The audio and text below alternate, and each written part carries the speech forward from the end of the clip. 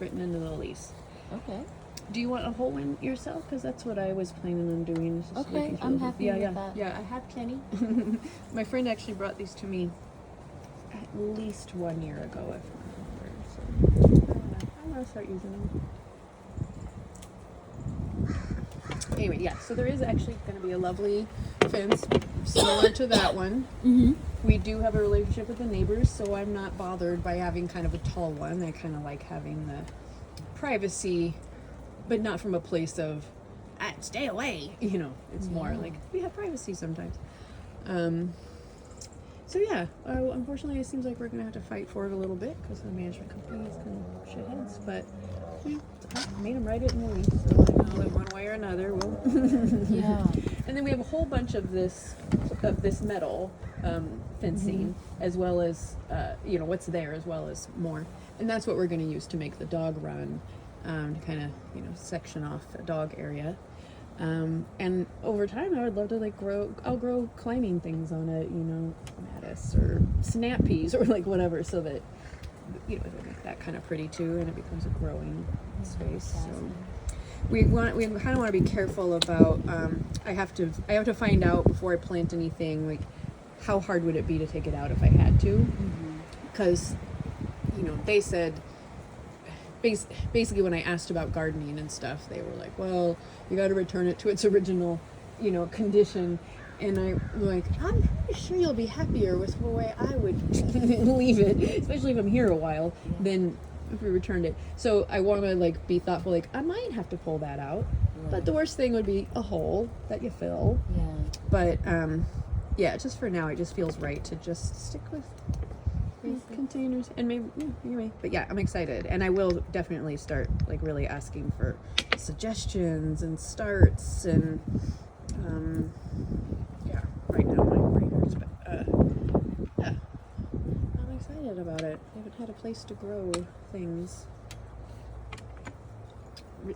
The last place I grew, but I think flowers and stuff, it wasn't stable enough to really get much. We don't plan to leave here. It's too mean. It's too mean, no goes well.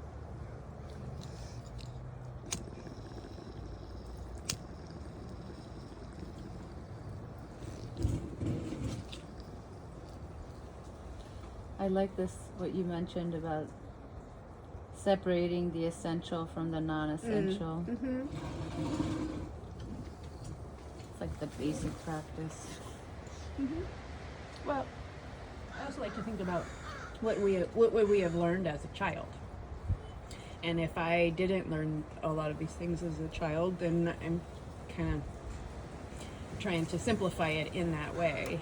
I was a Girl Scout leader for 7 years, and so I like to think in context of if I was teaching this to my brownies or my juniors, or what would that look like?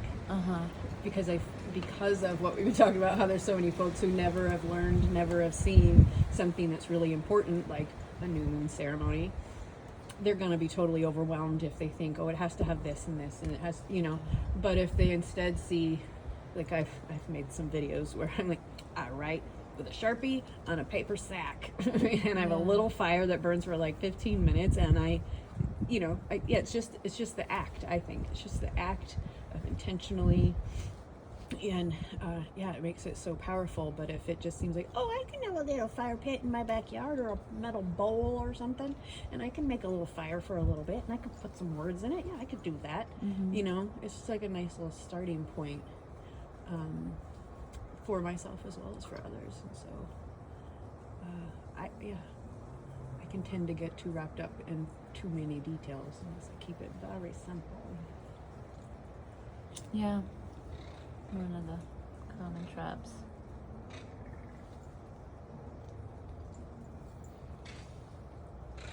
Elaborate.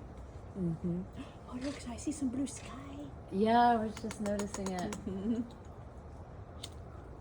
Yeah, going it's fun to kind of zoom in and out from the micro to the macro. And I feel like that's the signature of a good practice Mm-hmm. is it can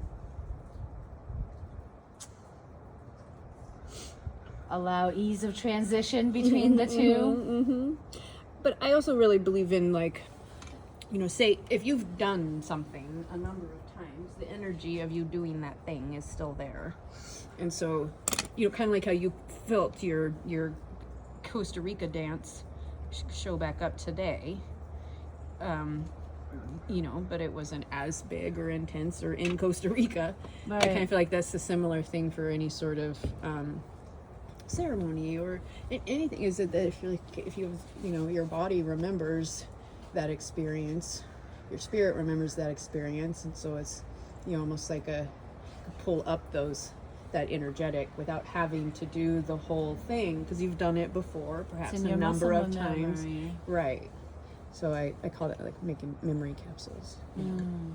Like at most of our cuddles now, there'll be a period of quiet.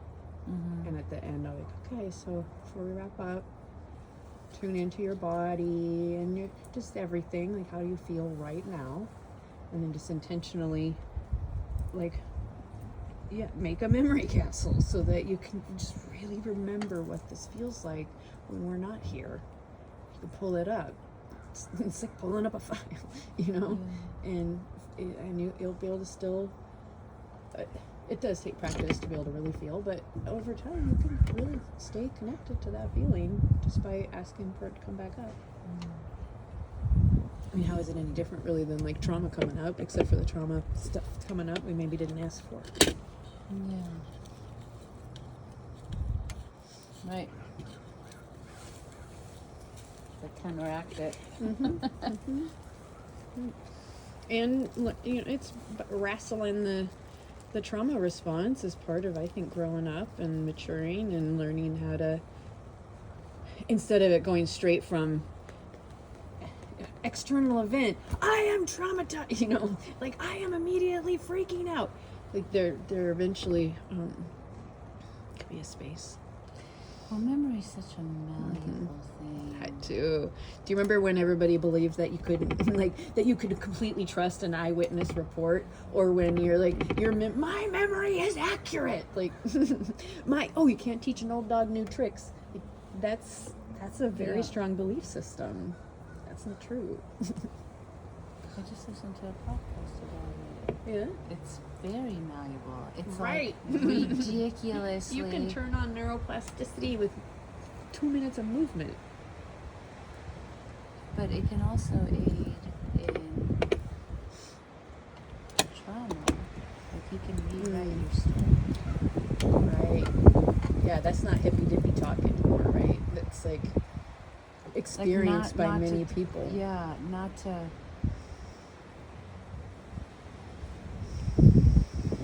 The line between how you define truth is so foggy. But what if the problem is it's not a line, you know? All of this is true. But if you've experienced from over here and there's a wall in between, this is all that's true to you, and whoever's over here, this is all that's true to them.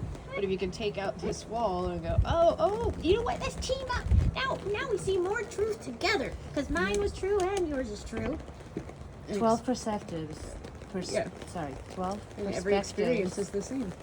To form some sort of comprehensive vision. 12. I didn't realize it was that many.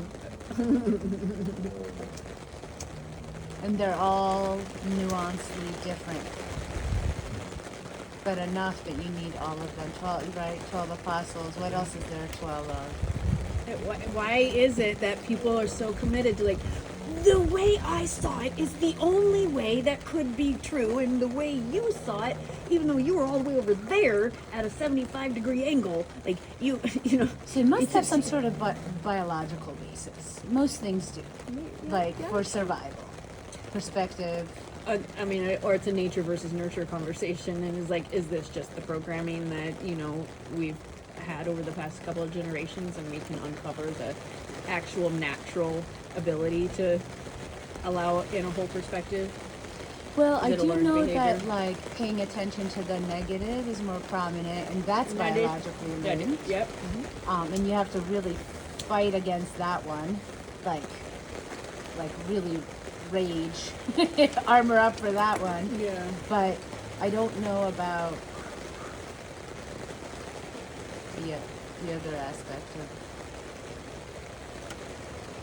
Of of like, our perception being the so low. I think all that is missing is maybe some understanding. Again, I just think it's a circle where, like, I'm not an owl, so I can only see within this field of vision. And if I'm lucky, I've got somebody I really, really trust looking at that field of vision behind me. Right. But if not, and if all I have is like never ever heard that there's actually a chance that this and this is true, if I only believe this, then it takes a crisis of faith or a miracle for you to realize there's a whole nother Right. perspective. Something And to even if slap you so you turn and around. Actually, that doesn't even take this into account. Like, just because you can see this out of the corner of your eye doesn't mean you're seeing much of it. So that really, a minimum 4, but you're saying 12, like a clock. So, I mean, this is my job. I see this and I'll tell you guys about it. This is my job. I'll look at 30%. this and I'll tell you about it. 30%. Right? So what Like the the fuck? Zodiac. If we could just agree to that. That's all we have to agree to, really. Because then that also history follows. Oh, the history goes by who wrote it down and who got published and who didn't get burned. That's the history I know. Maybe there's more to it. Maybe I'm missing something, or the account I read was not completely accurate. It seems like those two things, if we could just agree on those two things, so much could shift. Yeah. Maybe. I'd really be curious to know if how the transition worldwide went from the first people who realized the Earth was round to to the transition of starting to like people starting to be like, oh, you're crazy, to, oh, holy shit, most of us now agree. Oh no, shoot. Okay, right now. Maybe Hood needs to go up. We can go inside anytime we want to, or in the garage. Nope. Here we go. We're outside. There's nature is talking to us. Shoot, what was the thing I was saying? The first people who came. Oh, right. So I think whoever- it was the Egyptians. So yeah, but the main point being, at some point there was a tipping point where the majority became, oh yeah, okay, of course I have to believe that the Earth is round because I do trust this person who's explained it adequately for me to trust. And so now we've all changed our mind. Did that take 100 years? Or was it within one lifetime perhaps? Could that big transition have occurred? It's funny you chose that example. It's a really extreme one. Depending on where on the globe you are and your worldview, this was had and lost and had again. Oh. So looking at perfect illustration. So we only have the written record to go on. The oral tradition is a little not literal, so we don't know how that was interpreted. So ancient Egyptians had it, Greeks expanded on it, knew the circumference. You mean the Egyptians first had the understanding that it existed, and then you're saying the Greeks... Mathematical proof. Right, okay, perfect. That's what I figured you meant. The Greeks knew the diameter of the moon and the earth and they had Someone really good figured that guess out on- at some yeah. point, and then they started to believe it. And so then that information went certainly to the east, Asia Minor, Asia. It took a while, it sounds like. But maybe dispersed into Africa, I don't know. Certainly, to Europe. I don't know about North and South America. My knowledge of that particular perspective Even is that, we lacking. need additional people to know the history of that. But then it was, Plato, Aristotle, Socrates, all their shit was burned by the barbarians. Right, so then it's lost. And so then it was lost. There was a couple of places that the monks and monasteries kept from, but general knowledge did Right. not. Right. So but all of those texts went to the Arab Peninsula, Turkey, India, Persia, Afghanistan, all that whole area, right, along the Silk Road, and it didn't come back to Europe till after the Crusades. Which, can you tell me, like, roughly how long that was? So the Crusades started around 1200s Okay. and went on for 100 plus years. Jesus, I forgot they were that long. The most successful failure in Europe's history, because they bitterly failed to liberate the Holy Right, but they Land killed from but the exchange of ideas, plant So material. one question I have is, so the information you were just talking about was common knowledge, and then almost all of it got burned except for what was miraculously saved, which may very well have been only a fraction of it anyway. It was less than 10%. And so was that wisdom then, for a long period of time, held in a space of only a select few Yes, get it was. to It know was it? It became kind no of longer Gnostic. Okay, so that's been happening that's been the basic. That's been Only how it's because been forever. education was so Unnecessary, really. okay. So education is like a very wide term. Yeah, for sure. Yeah, like what kind of book knowledge? Right, and there's place for all of it. I think it's the standardization that I really rail against, because it became this thing where the only way that you can be perceived to be an expert is if you go through these pathways that have been decided by others who have narrowed down, all possible pathways of knowledge, and they're telling you have to learn these things, and then we're going to give you a piece of paper. And everybody else who has been out there in the world and been learning and just experiencing it and studying what they need and want in order to continue moving forward, they're not experts, so don't believe them. So it became basically, education became a commodity. But if that wisdom, like what is innate and shouldn't be behind a paywall, like how do I feel my body? How do I breathe? How do I feel? What kind of food is best for me? Like, if we learned that from childhood, there wouldn't be this thing where there's a bunch of people who are like, I'll teach you all that, but you have to pay me to do it. It's supposed to be something that we just learn as a kid, instead of it being this thing that now only you have to pay someone to tell you what you naturally would have learned if we still sat in circles, and if witches weren't burned and could be like, here's some herbs that help you, like all of that being lost.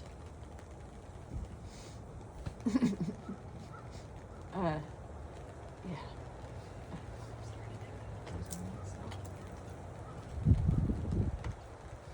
And there's a place for the highly educated based on books, and there's a place for the highly educated based on experience, and then everybody in between. I don't think of them as mutually exclusive. No, they're not. I'm saying that the world today is mutually exclusive. I'm saying that I'm agreeing with you. I believe that those of us who have learned in a non-traditional learning environment should be respected and believed and, learned from more, just as readily as, oh, you show me a piece of paper and I believe you know what you're talking about. So it definitely isn't mutually exclusive. That's what I wish was happening, is both were well respected and welcomed, instead of those of us who learned outside the typical learning environment have to prove ourselves over and over and over again. I do want my doctor, my librarian, place for everybody. my car mechanic Mm-hmm. to have proven their ability to diagnose and solve a problem. Sure. Mm-hmm.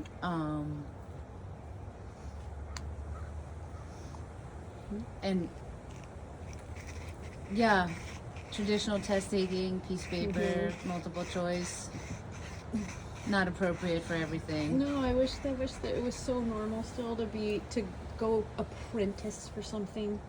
You know, again, if you didn't have to put a education as a builder or even just a handyman, we just need more fucking handyman. Oh my God! If that yes. didn't have to be behind some Amen. sort of certification, but you're under my wing, kid. Like, you know, I will teach you what I know because I've known you your whole life because we've been in this community, and you know you can do this too.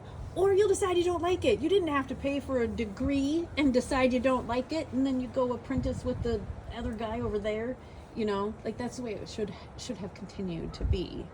But by Also, that being lost, I would love to outsource everything I need to my teenager because he's impossible. He doesn't want to learn from me. He wants to I go know. elsewhere. That's because we're supposed to be grown up in community. Yeah.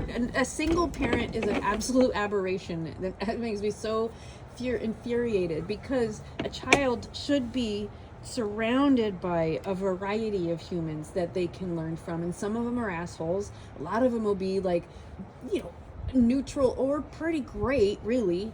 And then they, you know, everybody should have like, oh, I have that auntie who I can trust like a mom, but she's not going to tell my mom everything. And so, you know, like if you don't have that, and you Different need an perspectives. uncle, Different perspectives. exactly, you need that uncle now and then. He's like, that kid better not show up again. I'm gonna have my shotgun on the porch. Like that's like everybody needs a little, you know, I'm in your corner like that. And then you've got, you know, I mean, they should have all of them. You know, there's the wise guy who's like, I can teach you how to fix your car. I'll show you how to fix your bike. Like, those all are supposed to exist in every child's life, at a level of safety.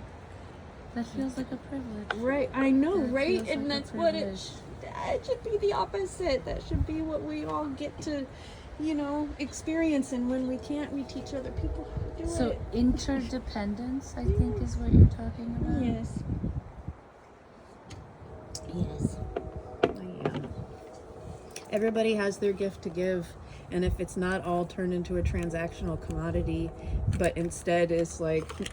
So this is where I traded. am. I have gifts. I have many skills. Yeah. I'm really good working with my hands, mending, fixing, building from scratch.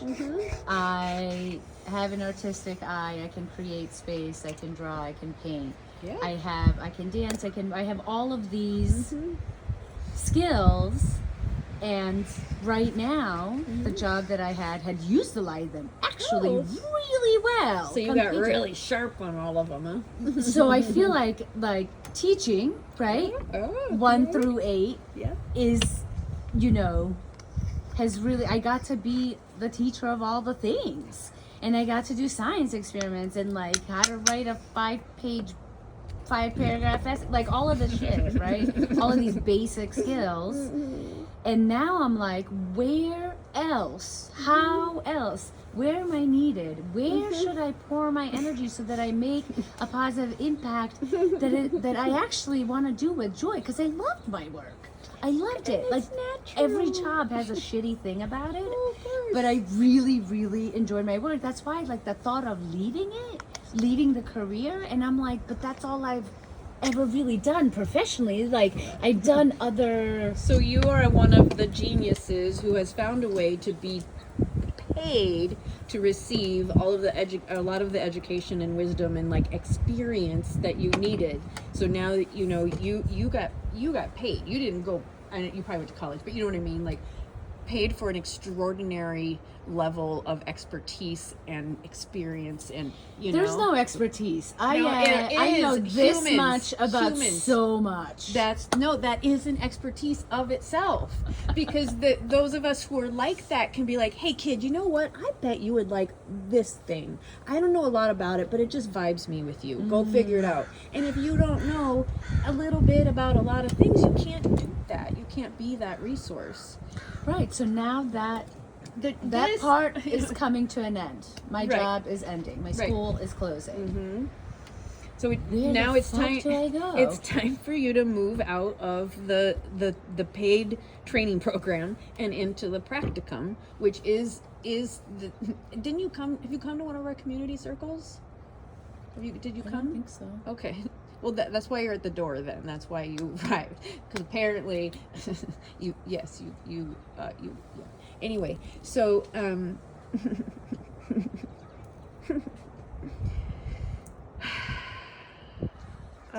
take 2 more breaths. Yeah. I get so excited. Yes! Yes! I just get so excited. That's the best. So, yeah.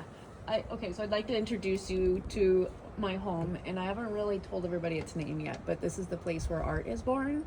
Home office, because it moves everywhere, but this is home office. And so what's already been happening here for a while now is we've been calling in these just like really, Brian and I know really fucking cool people, right? We're just calling them in. Hey, come over. We're doing this thing. Oh, you want to cuddle? Sure. So we just do cuddles for a little while. And then we added on this element of, we started calling it a gift circle. That was too confusing, obviously, because, So now, I think we're right now at a community support circle, but I think we changed that. Anyway, all it is we sit. For the first hour of our monthly gathering, we sit, we have a brief check-in, each person, maybe a minute or so of just kind of sharing their heart, and then they share, like, my needs sometime soon. I would really love it if somebody would come help me paint the room that my kid just moved out of. Someone else, like I said, I need a computer that's better than the one I have. Anyone have something kind of old laying around that I can buy off of you for not a lot? So that sort of thing. Help me move. Okay, I'll come help you move. Help me organize my storage unit. Oh, I'm having this problem with my computer. Like, we're talking about that every time. But what's happening is already, we haven't been doing it that long, is already like beyond that. So now people like who are in the circle are now out like giving in a similar way in other places. And so what I know happens, it's a root system, that at some point the need, the specific need will arise. But it takes a little while for all the people with each of their individual expertise to kind of show up, and then the energy just starts like percolating, and you'll start to have conversations that are kind of along the lines of like, oh, that's your expertise? Oh my God. You know what? I've always thought about wanting to do this with 6th graders or something. And, I wonder if you would have an idea about how we could do that. And so, those kind of sparks they require more than one, And so what I know will happen is there, eventually there'll be these little groups of people will be like, we have an idea, let's go see what happens. And then something will go, oh, this idea really worked, you guys go, and you coming with an extensive education, varied thing, I know it would be, that sort of expertise would be needed when the children start coming. We don't have any children kind of in our group right now, but at some point there will be children who we got to figure out how to keep them safe from the dumbass programs, like I don't want kids to be growing up in this they only know transactional living, and so there needs to be some sort of community supported. This is how we learn. Then but I wonder if that can be pried out. it's an interdependent. Oh yeah, if someone's like, I have this idea. Anybody has something to add? Like it just starts to grow from there. So Goethe, who wrote this poem, you know, Goethe. I do not know much poetry yet. So besides being a poet, German, philosopher, scientist, when science was just coming about. I mean, it's so exciting. Imagine. So he says, if I'm paraphrasing, if people are only what we believe them to be, that's where they're gonna stay. So how many hundreds of years did he write? When was that? When was that written? Right, hundreds of years. Right. Hundreds of years. So this is the tragedy is there are geniuses who are like, hey, you guys, I figured this thing out. And they're like, oh, you're crazy. Or they're like, oh, that's poetry. I don't understand it. So it's lost, or it's not utilized. That's part of the tragedy of It's genius. not Huh? holistic. Like if we're talking about 12 perspectives on a thing, Right. then your presentation better have 12 Right. perspectives using all the senses Exactly. in order to reach all the people. Right. Why is that not normal? Cause it's fucking hard. Yeah, but And would it be so hard cooperation? if we had making learned up- all along? If we never got divorced completely from our nature? Everything There I'm is talking about also a is innate. natural thing to do us and them. That is I also know. very, very deeply rooted. But Because it's easy when resources were scarce. And That's there's the all word. the studies that show at a certain point you put too many rats together, they start killing each other, and so there's these environmental aspects to the us and them too. The us- Tribes, they right. split Yeah. around, what is it, It's like 100, different 300? They split. But I think they all have a place. It doesn't matter if those guys over there think super fucked up shit.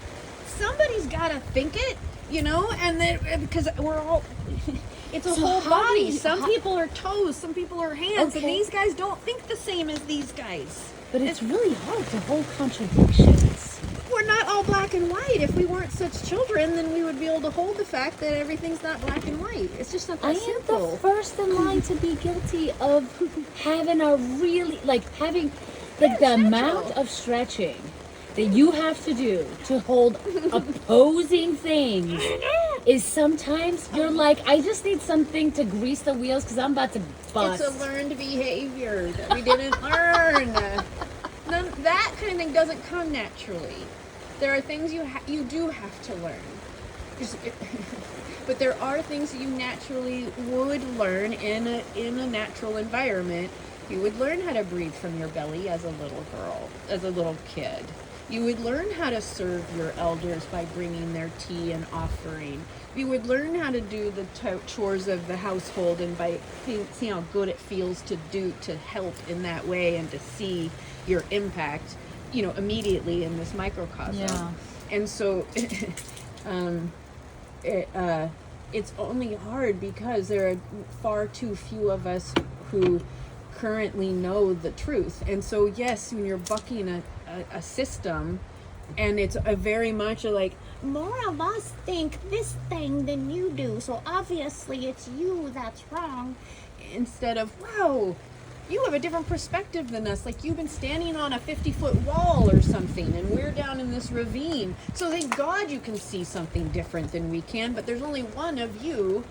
So if these fuckers in the ravine can't trust the person who can see for 40 miles away, that if they won't trust that person, then they just stay in the ravine. And they're like, oh, there's more of us, and you must be wrong. But they have different vision. Yeah. So it's a popularity contest because everybody stayed fucking high schoolers. Until the single visionary saves the day somehow. If the single vision, a lot fewer visionaries would die in horrible ways if people would just believe them sooner. You know, this genius toiling in obscurity until this one thing finally pops, whether they're alive or not anymore. That's kind of they often die because they're fucking exhausted from having to be geniuses and constantly convincing people that they don't happen to know everything. It's a burden. It's a burden to hold on to your truth. So, and if you don't translate it right, people get all butthurt. You know, if you don't speak their language, then they're gonna be like, I don't understand. So obviously you're crazy. Yep, all of that is true. I've been that person on that 50-foot wall for my whole life, and I got really fucking tired of giving my reports. So I'm doing it. I've started again. I started giving my reports, but it's only because I found people who actually will listen. And maybe they have their own reports, and I want to hear them. They're on the wall looking that way, you know. So I guess finding my tribe who trusts me. Has been part of the key of actually pulling the things together. Yeah, we all want to belong. We want to find our people. Yeah. And also the balance of like, some people really like being the visionary. They don't mind. They can sustain that. Some people are like, fuck this shit. I'm tired of being the hearth holder and keeping the fire burning. Because I'd rather go to a fire that's being kept. There's a point for that. It's a cycle. Yeah, like you are the lead. Well, no, you are the child for a while. Then you are the assistant, and then you are the leader, and then you take a fucking break for a while, and then maybe you like rest or learn something else, and then you know, like, it's a cycle. So these folks do need to take a break, and they get exhausted because these fuckers are getting stuck here and are not stepping into the leader roles because they're actually not even stepping into the volunteer role. They're staying down here like, this is really cool what you do, but you know, I'm just gonna keep coming to workshops over and over and not actually do practice all that much. This is the only place I practice is right here. But if they started like, let me assist. I like that you use a different voice. Good, yeah, I gotta differentiate. Gotta differentiate. So, but if they step into, I love this so much and I want to learn more. Can I be an assistant? And then they do that for a while, and then like, I feel ready to like do something, be in front. Can I do that? Like, that's the natural order. And then they do it for a while. They get really good, and then they start showing somebody else coming up behind them, learning how to be the leader. And like, I did it. So a you're long just time, holding energy for the until you hand it over. Right, you're supposed to hand it over. You're not supposed to do it, you know, until you are exhausted and used up. Well, till it dies in your cold, hard skeleton hands. It wouldn't if people didn't. And the other piece is, you know, it's like, I don't know how much our community overlaps, but there's a lot of folks I know who have come out of severe chronic illness or other horrible, hardcore shit that they have to deal with. So they've learned a bunch, and they're starting to kind of pull out a little bit. They're not going pretty soon. They're kind of pulling out. They make a lot of noise over there. And they see the need, and they see the gap between there's no bridge between the people who have been doing it for so damn long that they're tired of explaining the 101 anymore, and there's no people teaching the 101 to like help to fill the need. So these who aren't quite resourced yet see the need and go, okay, I could help. I'll show up for you. I know you need help. They're all, and they get stuck because they're under-resourced constantly because they're overextending, because there's this gap between the experts and the apprentices. The apprentices need to fucking practice, and they're not, because they don't exist. So there's this big... So what do you think is creating the vacuum of this belief that you... leap of faith? Yeah. And, well, it has to be a leap of faith until they finally realize, oh, this is totally normal and natural, and this is how we should have been all along. So they need to see people doing it. Well, it sounds to me like they need some sort of initiation practice to mark their official readiness and a boot in their butt to kick them out the door. Stop hanging out on the threshold. Right. Right. But there keeps not being a bridge between each step in the process. Then people just sit there. I don't know what I'm supposed to do next. So what's the bridge? Is it ceremony? Is it graduation? It's different for everybody. That's why we need lots of different kind of experts to create it. right, we're done. Yep. We're done. We're done. It's time to do this and chill out.